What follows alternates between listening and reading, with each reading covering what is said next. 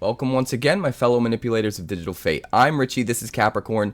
Today's deck is another one that is straight out of early access from Duskmourn, and this is probably my favorite, close to my favorite deck from the entire early access stream, and definitely one that I'm going to want to iterate on in the future, make multiple new versions of. This one's called Bay Harbor Butcher. We're going back to Abzan tokens, which is a deck style I haven't really pursued in quite a while, maybe since Strixhaven, possibly. But now we have the support in Duskmourn to really make it happen and really make it crazy. We sort of have an Aristocrats style theme with tons of death triggers, tons of ways to sacrifice our creatures to get value. But what's really crazy about this, and kind of surprised me in the games, is we actually have a lot of ways of getting value off of just the board state as it is and turning a board of a bunch of tokens into all of a sudden just an insanely overpowering force that can alpha strike for the win, with a couple of cards that really surprised me with just how crazy they are. We use a lot of new Duskmourn cards in this one, so I think you guys are in for a treat. Before we break down the deck, make sure you like the video if you haven't already. It really does help this video get out to so many more people when you guys like it, so I appreciate the help with that so much. It's a lot of work, and it means the world that you guys are checking out the videos and supporting the channel. Make sure you subscribe here if you're new so you never miss an upload. Tons of crazy deck techs on the way. Still a bunch of them from early access and some new ones up here that I'm going to be getting straight to as soon as the set releases on Tuesday. So expect a deck tech video every single day from here on out. Like I said, tons of craziness on the way. You've seen nothing yet. But also, catch me live Monday through Friday over on Twitch. That's twitch.tv/quarantinedcapricorn. Because if I'm alive and I'm breathing, I'm there and I'm streaming. This video has been brought to you by Wonders of the First, but I'll tell you about that later. Let's break down the deck. This is easily one of my favorite decks from early access, and I'm definitely going to be building some version of this as soon as the set goes live on Tuesday. This is Bay Harbor Butcher, and the idea is we're going wide with a ton of tokens, and then we're utilizing a ton of sacrifice synergies to get as much value off those tokens as possible. So first off, we have Dollmaker's Shop. 2 mana for an enchantment room. When one or more non-toy creatures you control attack a player, you create a 1/1 white toy artifact creature token. So as your other tokens swing in, you get to generate a free token every single turn, and it only costs you 2 mana to play. But the other side of this is the part of the card that was the most underestimated that ended up being the most crazy once we actually played the deck. This is Porcelain Gallery. It's 6 mana, 2 white and 4, and when you unlock it, creatures you control have base power and toughness, each equal to the number of creatures you control. So what I find is we're going wide with a bunch of stuff. Our opponent's trying to keep up with our board presence, using their removal to kill our best stuff, but not able to keep up with killing everything. And then eventually we just hit critical mass and we hit this 6th mana. We pay the 6, we unlock the Porcelain Gallery, and now our board of 6, 7, 8 tokens all become like 9/9s or something crazy. And that's just base power and toughness. If they have +1/+1 counters on them, or equipment, or anything like that, they're even stronger. And all of a sudden, we just alpha strike out of nowhere and win.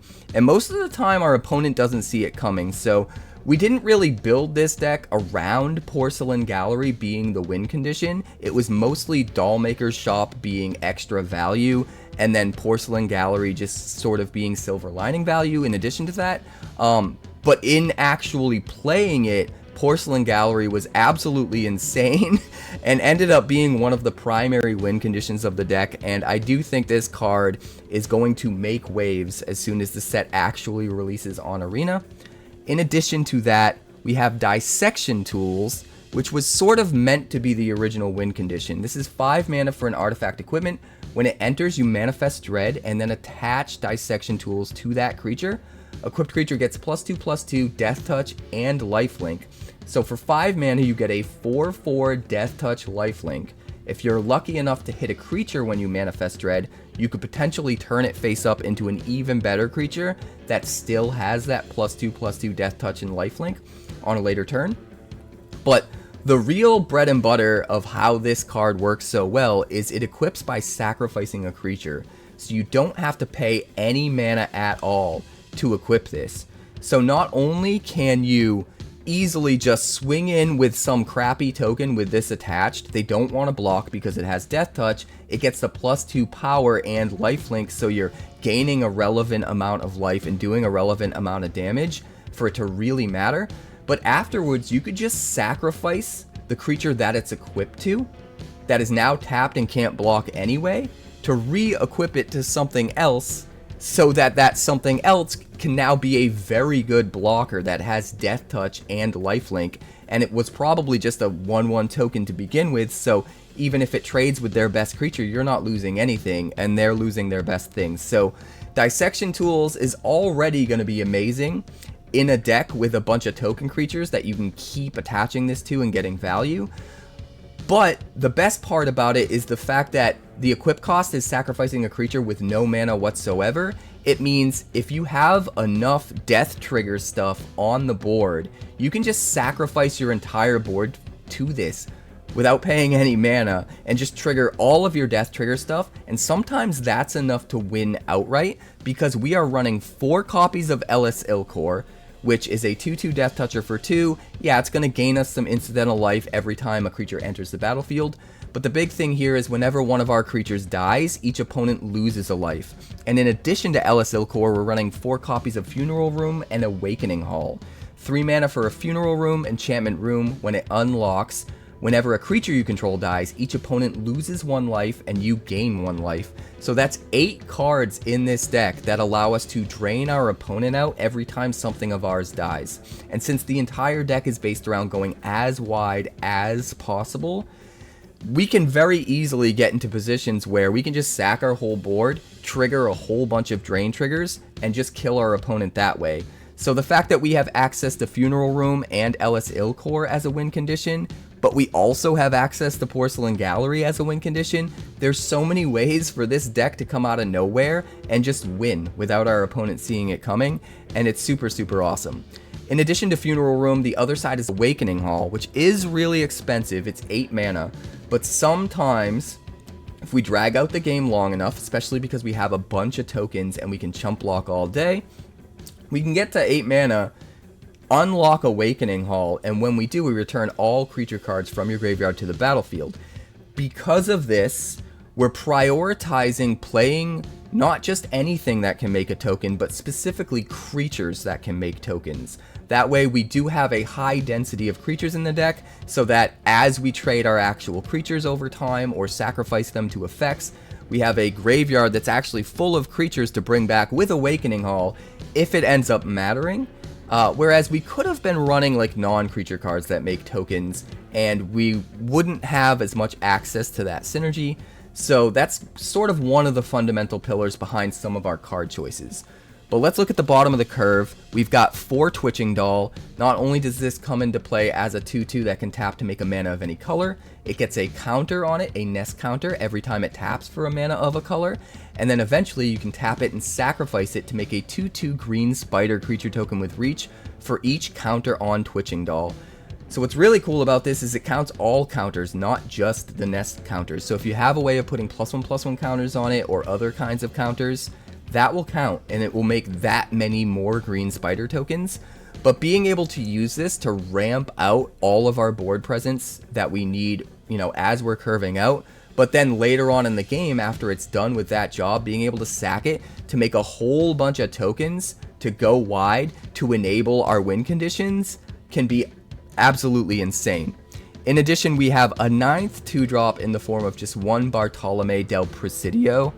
And Bartolomé is sort of like a 4th Dissection Tools in that it is another Infinite sack outlet that we don't have to spend mana for. We can sack another creature or artifact to put a +1/+1 counter on him. So it's another way to just sort of sack our board if we have lethal with Ellis il-Kor triggers or Funeral Room triggers, or potentially both. Or maybe we just want to like get a whole bunch of counters on Bartolomé because we know we're about to Awakening Hall and just get everything back anyway, so we can sack all of our actual creatures. There's a lot of different synergies you can utilize. But moving on to our 3-drop slot, in addition to the Funeral Rooms, we've got just one Toby Beastie Befriender, which is a 3-mana legendary human wizard. When he enters, you make a 4/4 white beast creature token that can't attack or block alone. But we have so many creatures in this deck, so many token creatures, it's very, very easy to have something negligible that we don't even mind getting eaten up on a block or whatever, that we can usually attack or block with. But also, if Toby's on the battlefield, as long as you control 4 or more creature tokens you control have flying. So this is another way to just sort of win out of nowhere, where all of a sudden later in the game we have enough tokens, everything gets flying, and we just swing in with evasion and win. That being said, it is legendary, so we are just going to run the 1 copy, but if it does die, sometimes we can get it back with that Awakening Hall. In addition, we have 4 Caretaker's talent because we're making so many token creatures in this deck that we're able to draw a ton of cards off the talent. We're able to make a copy of our best token on level 2 for just 1 mana, which is super relevant. And then to get to level 3, we pay 4, and we power up all of our tokens by +2/+2, which is sort of a mini version of the Porcelain Gallery. So it's just another way to add even more value to everything that we're doing. And then we've also got 2 Sanguine Evangelist, because it's going to be a 2/1 dude that makes a 1/1 token right away, triggers all of our token synergies. If we are trying to Alpha Strike for the win, this thing can swing in with Battle Cry and give all of our creatures +1/+0 until end of turn. But also, if it dies itself, it'll make another token creature on death, get us even more of those token synergies, and then be sitting there in our graveyard waiting to be got back by the Awakening Hall. Moving on to our 4-drop slot, we have the Swarmweaver. We're running 2 of these. It's a 2/3 legendary artifact creature scarecrow. When it enters, you create 2 1/1 black and green insect creature tokens with flying. So it does reinforce all of our token synergies. And then it also has Delirium. So as long as there are 4 or more card types among cards in our graveyard, insects and spiders you control get +1/+1 and have Death Touch. Not only does that work for the insects that the Swarmweaver makes, but the spiders that the Twitching Doll makes as well. So that can be a really nice source of value a little bit later in the game, and the Death Touch can be meaningful. And if we sacrifice the Swarmweaver, sometimes we can just bring it back with Awakening Hall and get even more insects, which can be kind of absurd. In addition, we're running 4 copies of Overlord of the Mistmoors. This is one of the better new cards to come out in Duskmourn, and I do expect to see this card pretty much everywhere. It is expensive to hardcast. It's 7 mana for a 6/6, but when it enters the battlefield or attacks, you create 2 2/1 white insect creature tokens with flying, which is basically everything that this deck wants. But what makes this card so good is you can play it for its impending cost for only 4 mana, and it comes into play as a non-creature version of the card with 4 time counters on it. And then at the end of your turn, you remove a time counter. Once the last one's gone, it turns into the creature version of the card. So this is an easy way for us to add to our token synergies as we're curving out on turn 4, or potentially turn 3 if we have the Twitching Doll to get extra mana on too. And then we just, we add these tokens to our synergies while the Overlord just sits there being this inevitable threat that's eventually going to come to. And what's cool about that too is sometimes your opponent's going to wipe the board. Sometimes you might even wipe the board. But this dodges the wipe, right? It's not a creature yet. So a lot of times you can just sort of let your opponent wipe the board, and then this will come online the next turn and be an actual creature, be able to swing in and generate even more 2/1 flying tokens. The card's absolutely absurd. You have to try it. You have to see it in action to really understand, but it's nuts. We're also running 1 Meathook Massacre II, and granted, we can play this for 4 mana and double X, so if we have a ton of mana, and we can somewhat ramp because of the Twitching Doll, if we have a ton of mana, we can make our opponent sacrifice X creatures. Each player sacrifices X creatures, so we have to sacrifice some as well, but we don't really mind because we're getting death triggers and we're just losing little crappy token creatures that aren't as much of a loss for us. But the real value of Meathook Massacre II in this deck isn't necessarily trying to get a ton of mana to pay double X. What we want to do is just play it for 4, and then every time one of our creatures dies, we get to bring it back by paying 3 life. It enters with a finality counter on it, but it gets to trigger all of its ETBs again. So if an Overlord dies, it comes back and makes 2 more 2/1 flying tokens. If the Swarmweaver dies, it comes back and makes 2 more insect tokens. Toby makes another token. The Evangelist makes more tokens. It gives us a ton of synergy, but not only that, as we kill our opponent's creatures, they have to let us bring back their creatures onto our side, or pay 3 life for each one that they don't want that to happen to. So a lot of times they get so low on life, especially with all of these drain triggers we have, they can't really afford to pay the 3 life to prevent us from taking their creatures when they die, and so they kind of just have to let us. That can just be super fun and incredibly powerful. Also in the 5-drop slot, we've got 2 Ghostly Dancers. This is another one of the cards that I underestimated hugely and has been really insane during early access. 5 mana for a 2/5 flying spirit. When it enters, you return an enchantment from your graveyard to your hand, or unlock a locked door of a room you control. So this is a way to unlock Awakening Hall without even needing to get to 8 mana. We slam Ghostly Dancers on 5 after a turn 3 Funeral Room, or maybe even on turn 4 if we have Twitching Doll out, and we just immediately unlock Awakening Hall and get everything back out of our graveyard if we've got a bunch of stuff in our graveyard to get back. We can also just use it to unlock Porcelain Gallery a little bit early if we want, or we can just use it to bring back an enchantment that's in our graveyard, like an Overlord of the Mistmoors, which is also really awesome. But then when it's on the battlefield, anytime we unlock a door, or unlock a room, or play an enchantment from our hand, we trigger the Eerie ability and make another 3/1 flying spirit creature token, which fuels all of our token synergies. So it's another way to add even more synergy to that idea, while also giving us all this extra value we can tap into if the board state is right for it. So Ghostly Dancers is awesome, and if they kill it, we can bring it back with our 1 copy of Invasion of Tolvada. This is a card I'd like to run more copies of, but it's just hard to fit everything we want into this deck. We absolutely need to at least run the 1 copy, because if we can get this down and then flip it into the Broken Sky, creature tokens we control get +1/+0 and have lifelink, and at the beginning of our end step, we create a 1/1 white flyer, white and black spirit creature token with flying. At the beginning of every one of our end steps. So it's just going to keep churning out these 2/1 flyers once a turn, every turn. They can chump block, they can be sacrifice fodder, while also buffing up our entire board of tokens and giving them lifelink, which is insane. But the fact that we get to use Invasion of Tolvada before we even get to flipping it to the Broken Sky can be really nuts in this deck, because we have just so many huge permanents we can get back, whether it's getting back a Ghostly Dancers, or getting an Overlord of the Mistmoors directly onto the battlefield as the creature version and not even having to pay the impending cost. There's a lot of value to be had with Tolvada, even more value to be had with the Broken Sky on the back, and I absolutely love this card and it needs to be there.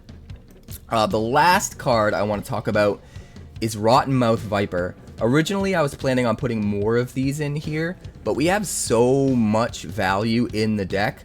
A lot of times I felt like we were better off keeping a lot of the things on the battlefield than sacking it to the Rottenmouth Viper, and the times when I actually wanted to sack my board to the Rottenmouth Viper is because I had things like Funeral Room or il-Kor, and I wanted to trigger those death triggers. So I think Rottenmouth Viper is nice as an alternate way of sacrificing our board if we need to, or at least sacrificing a huge portion of our board if we need to.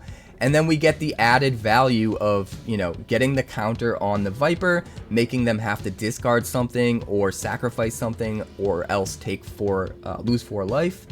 But also it's another decent target for Tolvada. Tolvada can bring it back, doesn't care that it costs 6. But mainly it's just another sacrifice outlet, another way to enable the things we want to enable in the right situations. Very, very cool in this deck. The mana base is very particular. We are running just one Valgavoth Slayer because we can choose any color and it can trigger our Ghostly Dancers, which is nice.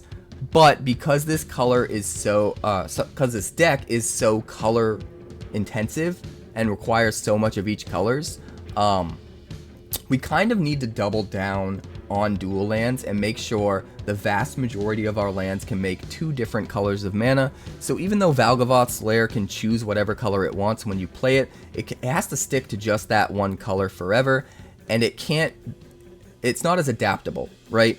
It's not versatile. We can't have it be, you know, white on turn 2, but then black on turn 4 so that we can play a turn 4 Meathook. If we play this as white on turn 2, we have to wait even longer to get access to 4 black mana for a Meathook. That's just one example. But yeah, I digress.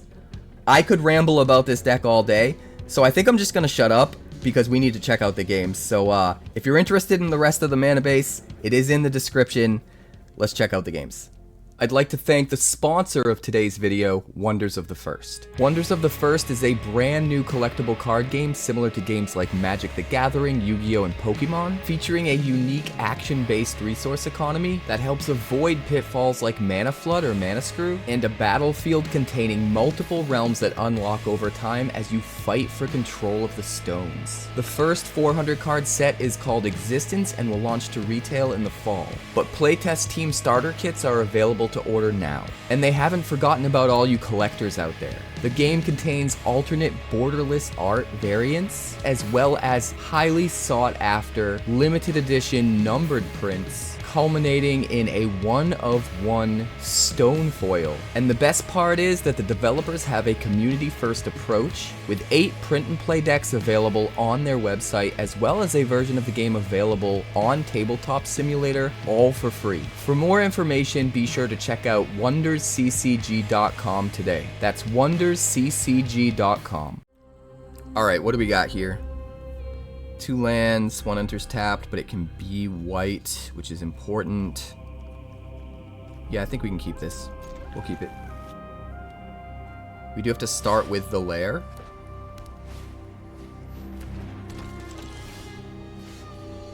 Maybe we don't have to start with the lair.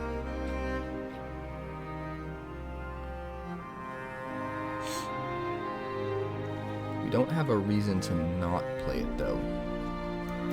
So let's just play it. Pick white.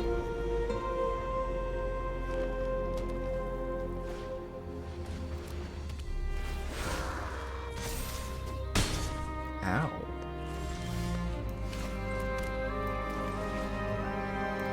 What a poop skittle. We'll play Overlord next turn. Start getting out some chump blockers to buy us a little bit of breathing room. Another Sheltered by Ghosts.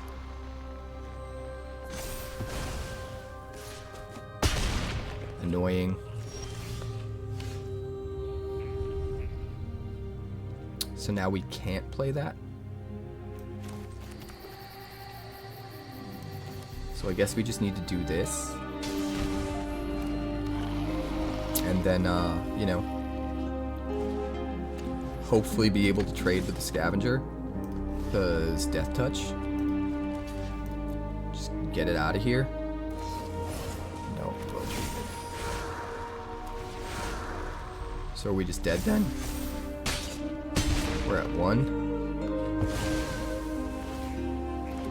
Alright, we get our Twitching Doll back.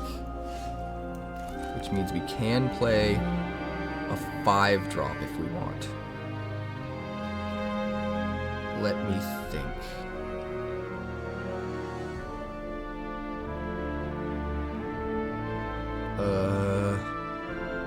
This is super tricky. 2. We'll play Ellis. No, we just gotta do this, right? We just gotta do this. Buy ourselves some breathing room. We just gotta. And he might be able to buff this to high hell and still kill us. But I think this is the best chance we have.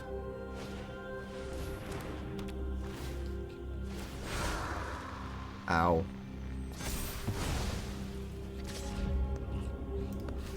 Doesn't have trample, right? Why would he attack? That's crazy. That's crazy, man.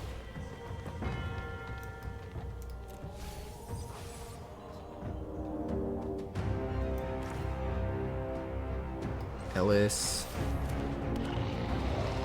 And then, I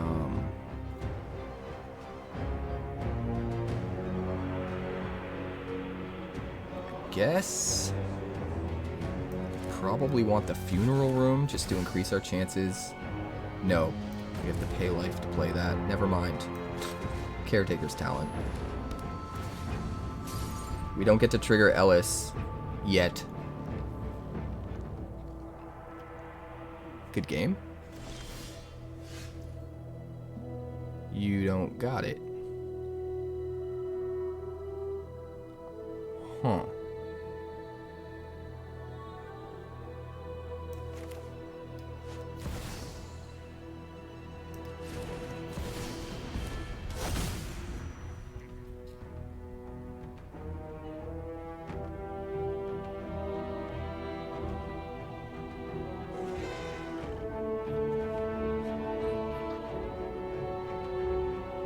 Tricky, man.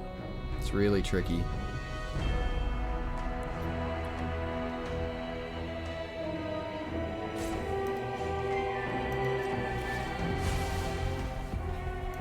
Let's gain some life. Draw a card. Hushwood Verge. Copy a token. Gain some more life. Attack for 2. We're back up to 5. Our Overlord's down to just 1 counter.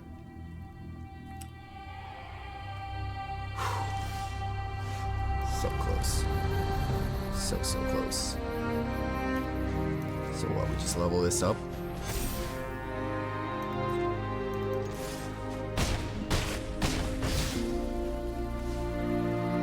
Play this sacrifice stuff.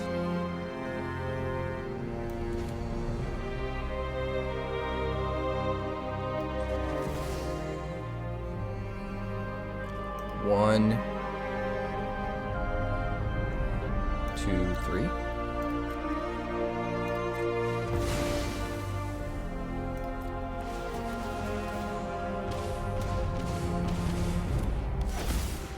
Play the Viper. He probably discards, I would assume. Overlord is now a creature, and we're primed to have lethal next turn. Plays a 𝐏𝐿𝐼𝋗. And just not quite good enough, right? Toby. 1 mana away from unlocking. 2, 3, 4, 5, 6, 7. Yeah. 1 mana away from unlocking.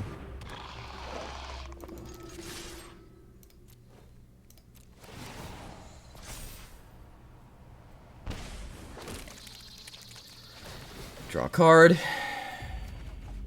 Draw a Sanguine Evangelist. Yeah, we got him.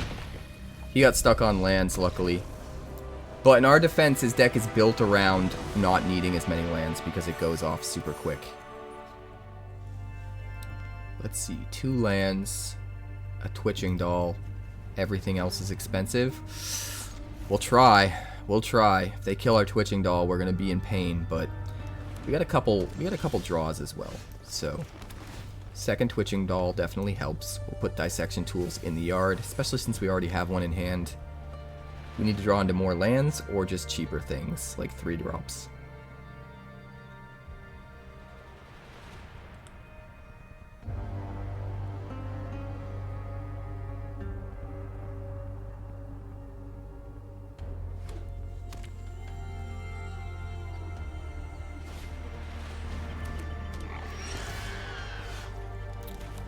Third Twitching Doll.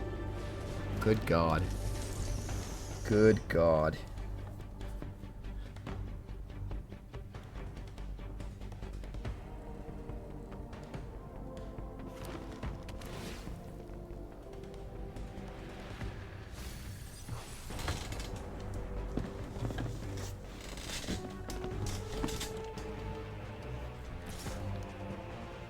World walks. Gets in for 3. Do we play another Twitching Doll? Or do we play the Evangelist? I think we play the Evangelist so that we can get ourselves something we can trade with the piggy bank decently well, if we need to.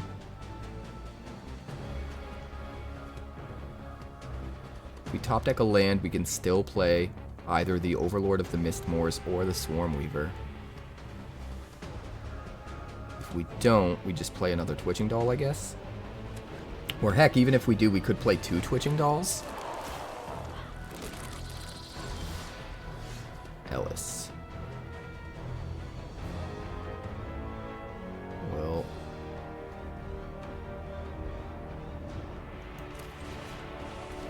definitely gonna do that.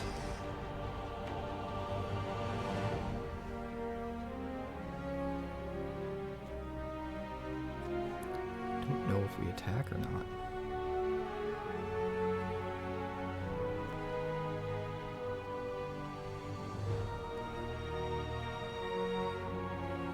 I don't think we do. I think we just pass.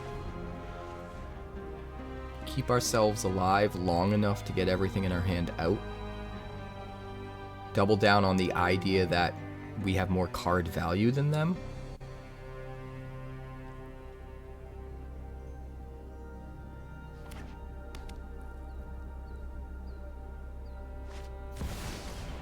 Hauntwoods, sure. Straight up played it too. He didn't play it for the impending, which is interesting.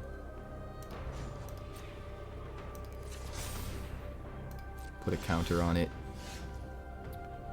Let's see. We've got 4 mana.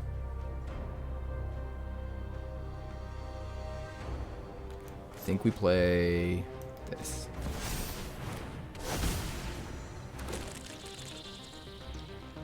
No tax. Just go wide with chump blockers. Everything is fine. Everything is grand.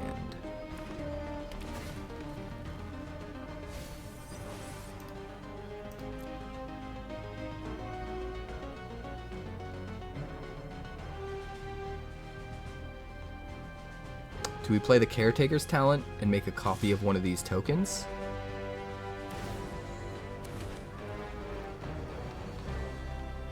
No, we'll just take the 6. That's fine.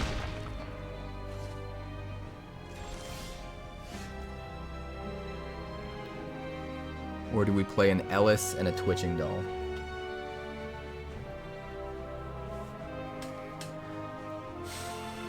It's a good question. It's a good question. I think we play Ellis and another Twitching Doll. Because we have a second Ellis in hand. Which means it honestly doesn't feel that bad to trade the Ellis for his Overlord of the Hauntwoods.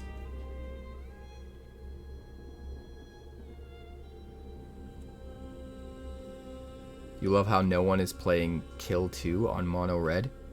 What do you mean?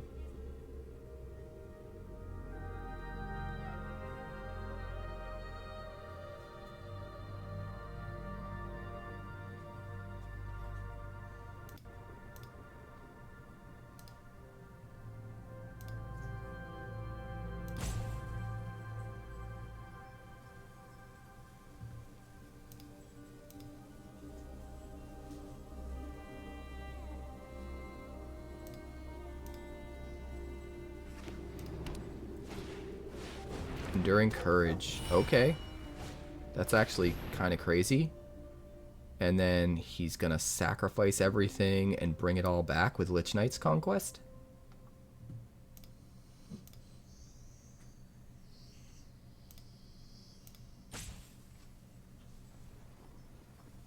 That's actually kind of gnarly.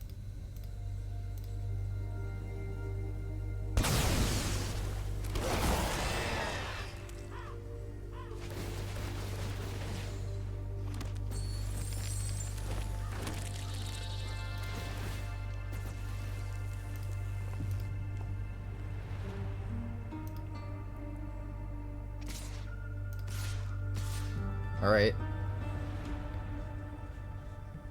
I sort of love that. I mean, it's not that crazy, right? 8/5 gets blocked by the Death Toucher. These 3/1s we can do. We can take the other 3/1, right?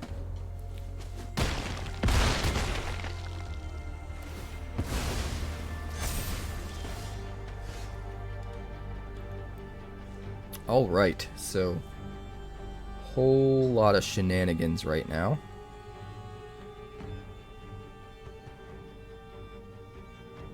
Let me think.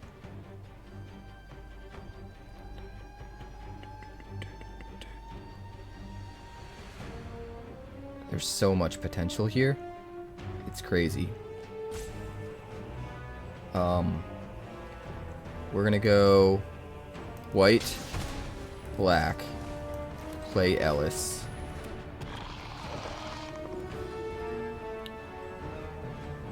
We're gonna pop you. Get a whole bunch of spiders.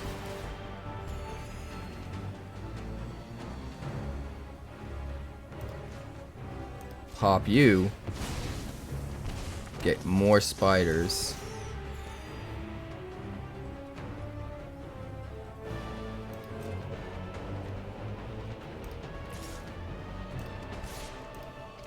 Swing. Do we want to swing? No, they're not going to get buffed up that much, right? No attacks. We're going to play the Viper. We're going to sack 1, 2, 3, 4, 5, 6. Trigger Ellis. Play the Viper. Gain a life. And then ask that you kindly discard or sacrifice something.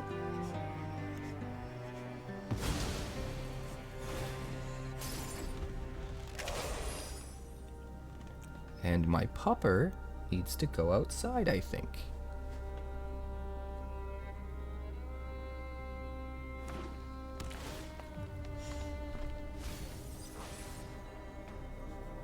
Is that what you need?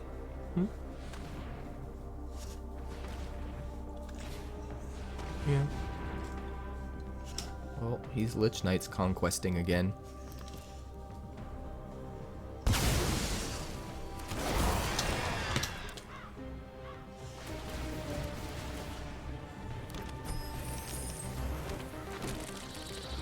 That's fine. That's fine. We got chump blockers. Come on at me.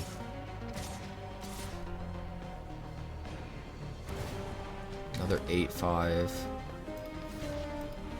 Well, this time I don't even know if I want to kill it. Let's just do that.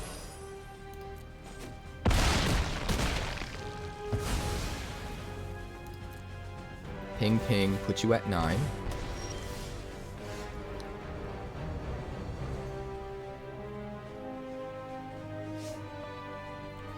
Let's see. Don't get to make anything, right? So I should probably...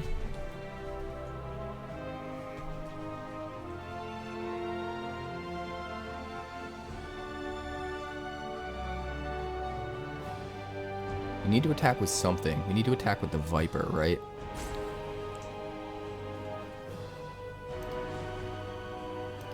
So we're gonna go white.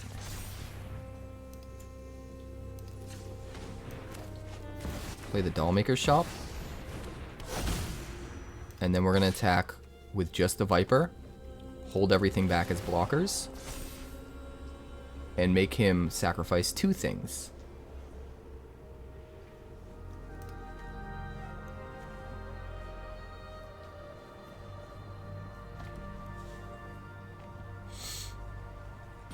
And then Overlord will come online at the end of our turn. Become a creature.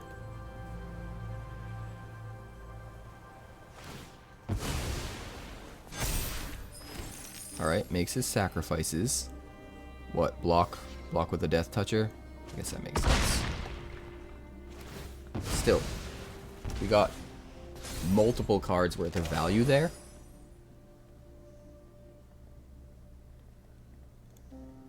And we are so close to just winning.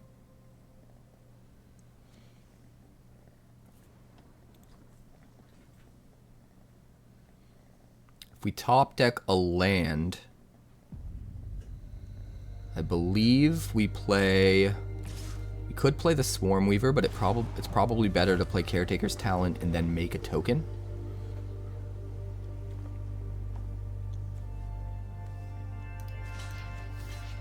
We'll just chump, make him lose one. Keep all of our creatures that can attack and trigger the Dollmaker's Shop. There we go. There we go. Don't have Delirium yet.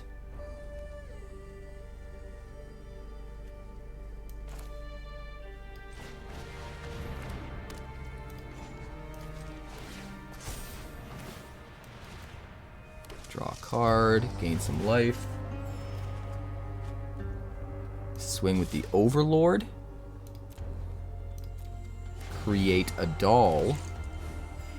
Get our attack trigger. Create 2 2/1s. Gain more life. Trade. It goes to the graveyard. And now we can get it back with Ghostly Dancers. While also pinging for 1 with Ellis. And that's pretty much it at this point. All we need to do is be able to sack our board and he's dead, right? No white mana. What are you doing? What are you doing to me? No black mana. What are you doing? Ugh, this is awful. We have no white either. Mulligan. I mean, we have to keep it at this point, right? So bad. So bad. Try to find another land.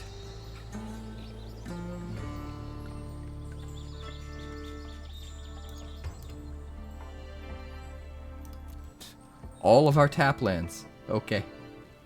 Okay.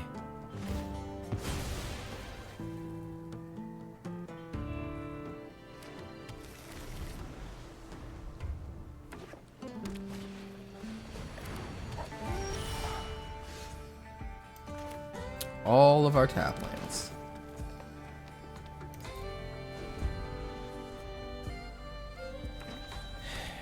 Let's see what we can do.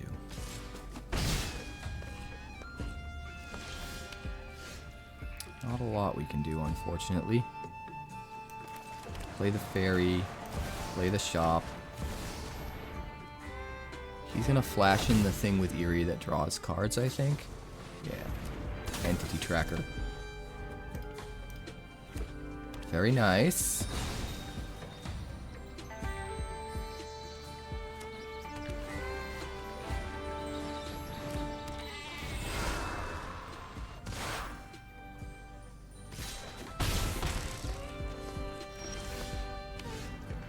Toby. Toby.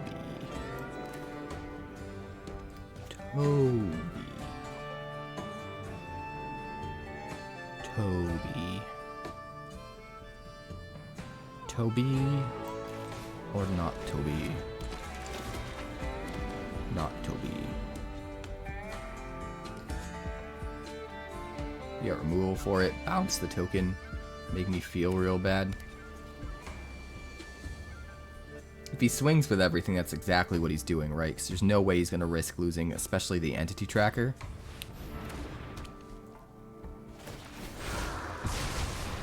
Oh god. Nice. Very nice. No blocks. Now we have nothing to copy with the talent, which was kind of my plan. So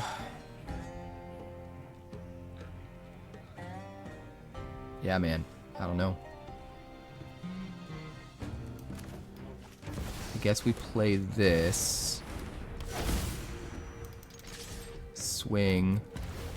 Make some tokens, and maybe trade the Toby with the Innocents. Alright, well. It's not a complete waste then, right?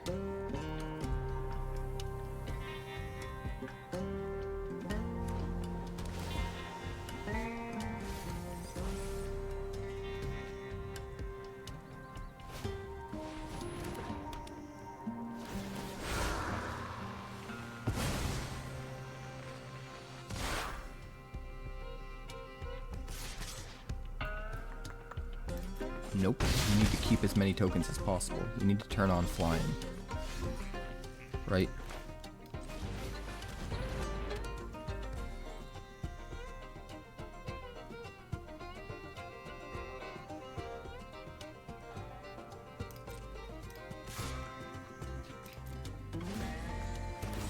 Get some more tokens. Draw a card.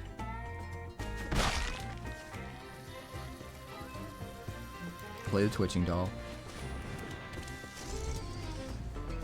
Now we can at least triple block with the 3 tokens and only lose 2 and get rid of something relevant, so I don't think he swings.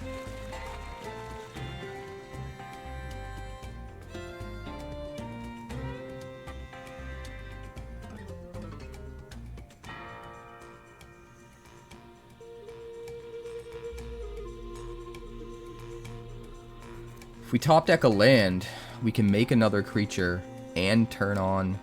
No, we can't. Yeah, and turn on Porcelain Gallery with the Twitching Doll. And then they're all flyers. And they're all 6/6s, and we just win. Oh, he shut off my flying. He shut off my flying.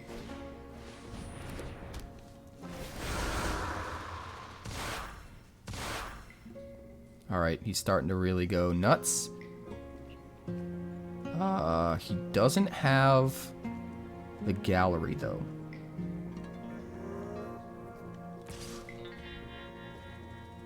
Inquisitive Glimmer. I mean, he's probably got bounce, right? Why wouldn't he attack with all of them?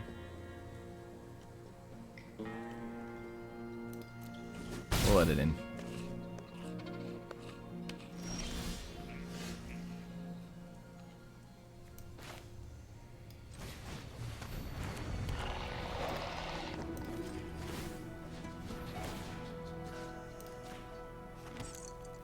Gain some life, draw a card. Evangelist.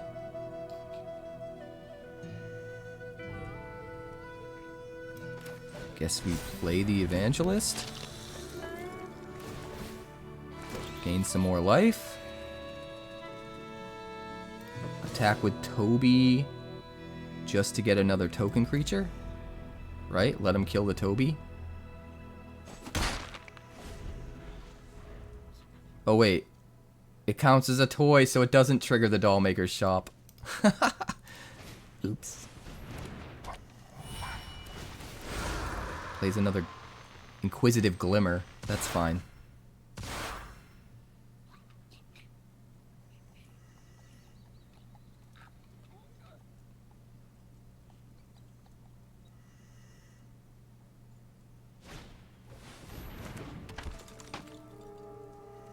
Gremlin Tamer.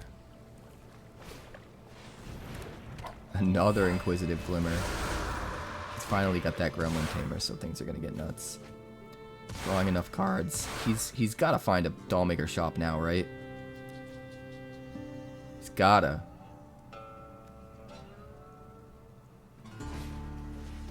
Unable to scream, so we can't get the death trigger. That makes sense.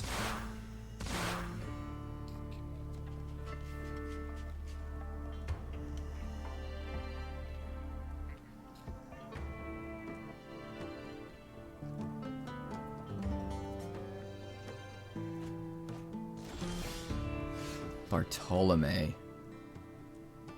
Oh my god, we are so close to insanity here.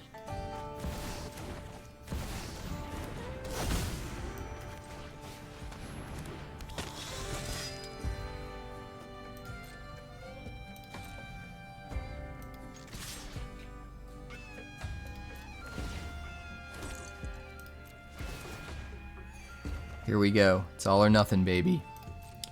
Whatever he blocks, we sack to Bartolomé. We trigger Ellis and Funeral Room.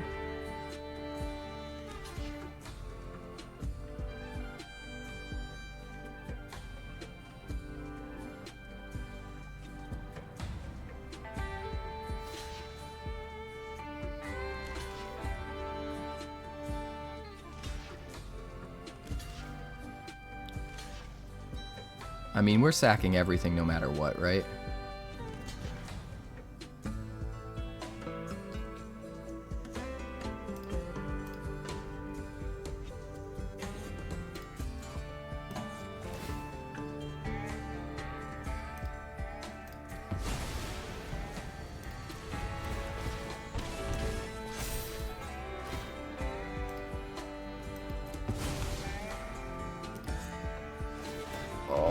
Funeral Room wins the day.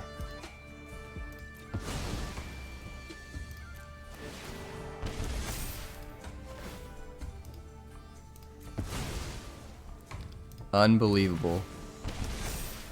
Unbelievable.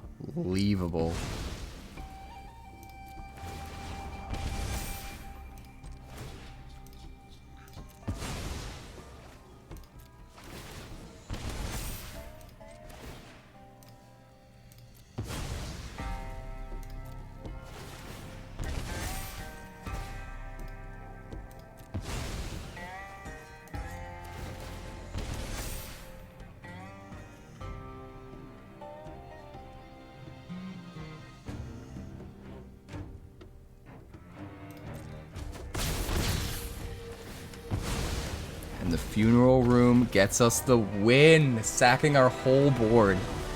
Bananas. This actually looks great. We'll keep this. Start with the Mortuary. Surveil. Yeah, we surveil away the Tolvada. We need to make sure we get to land. Start with the Twitching Doll.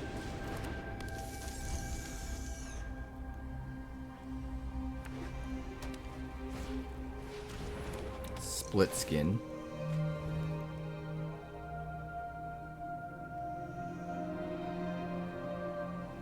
I think we play the Swarmweaver here.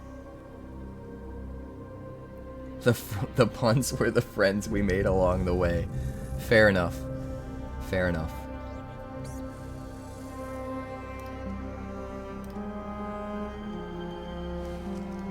Jack Tor.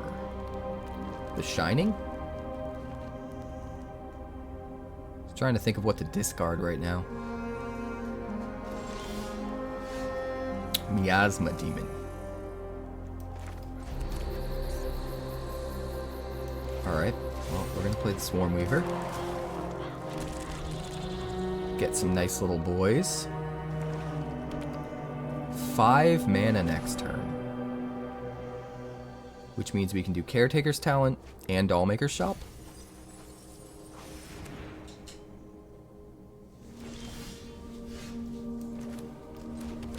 And I think that's what we want to do.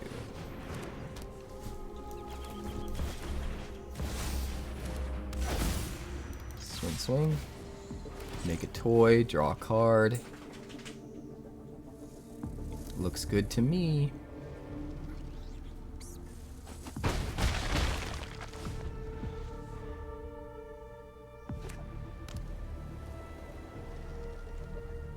Porcelain Gallery. So whatever we play next turn, we want to set up as much as possible for a Porcelain Gallery trigger the turn after, because Restless Prairie is coming into play tapped. Miasma Demon.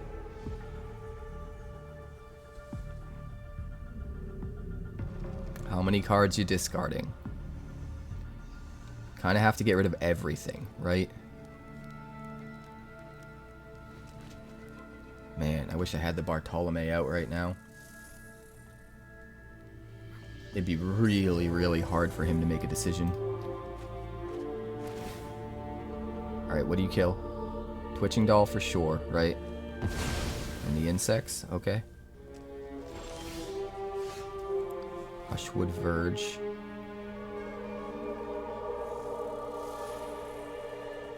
1, 2, 3, 4.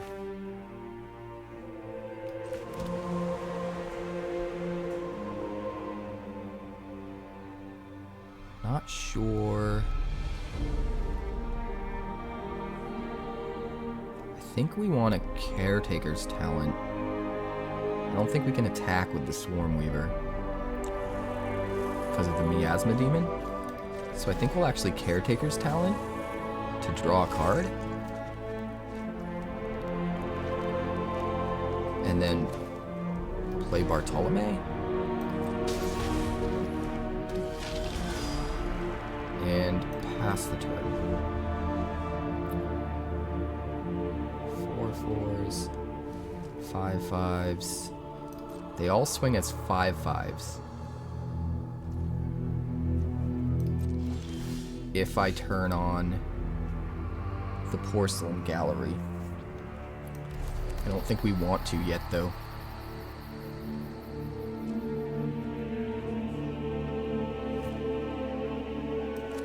I think we want to go Dollmaker Shop.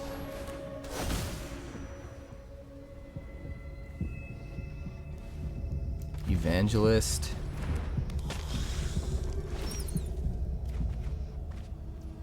Oh god, a Rottenmouth Viper. Too bad we didn't have black left.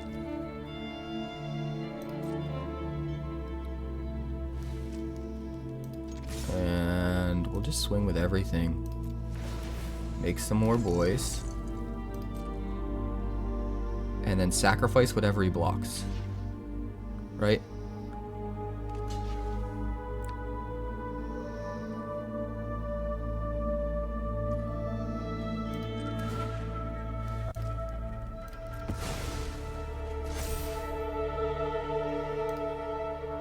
Artifact, battle, creature.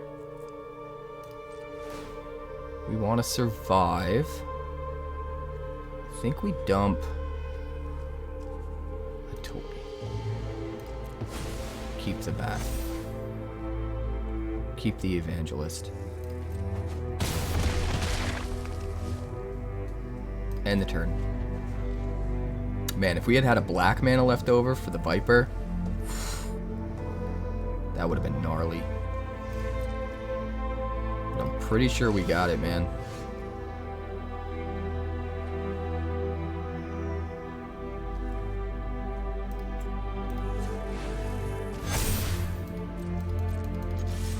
Dude, that card is so powerful. I can't believe how overlooked that was during spoiler season.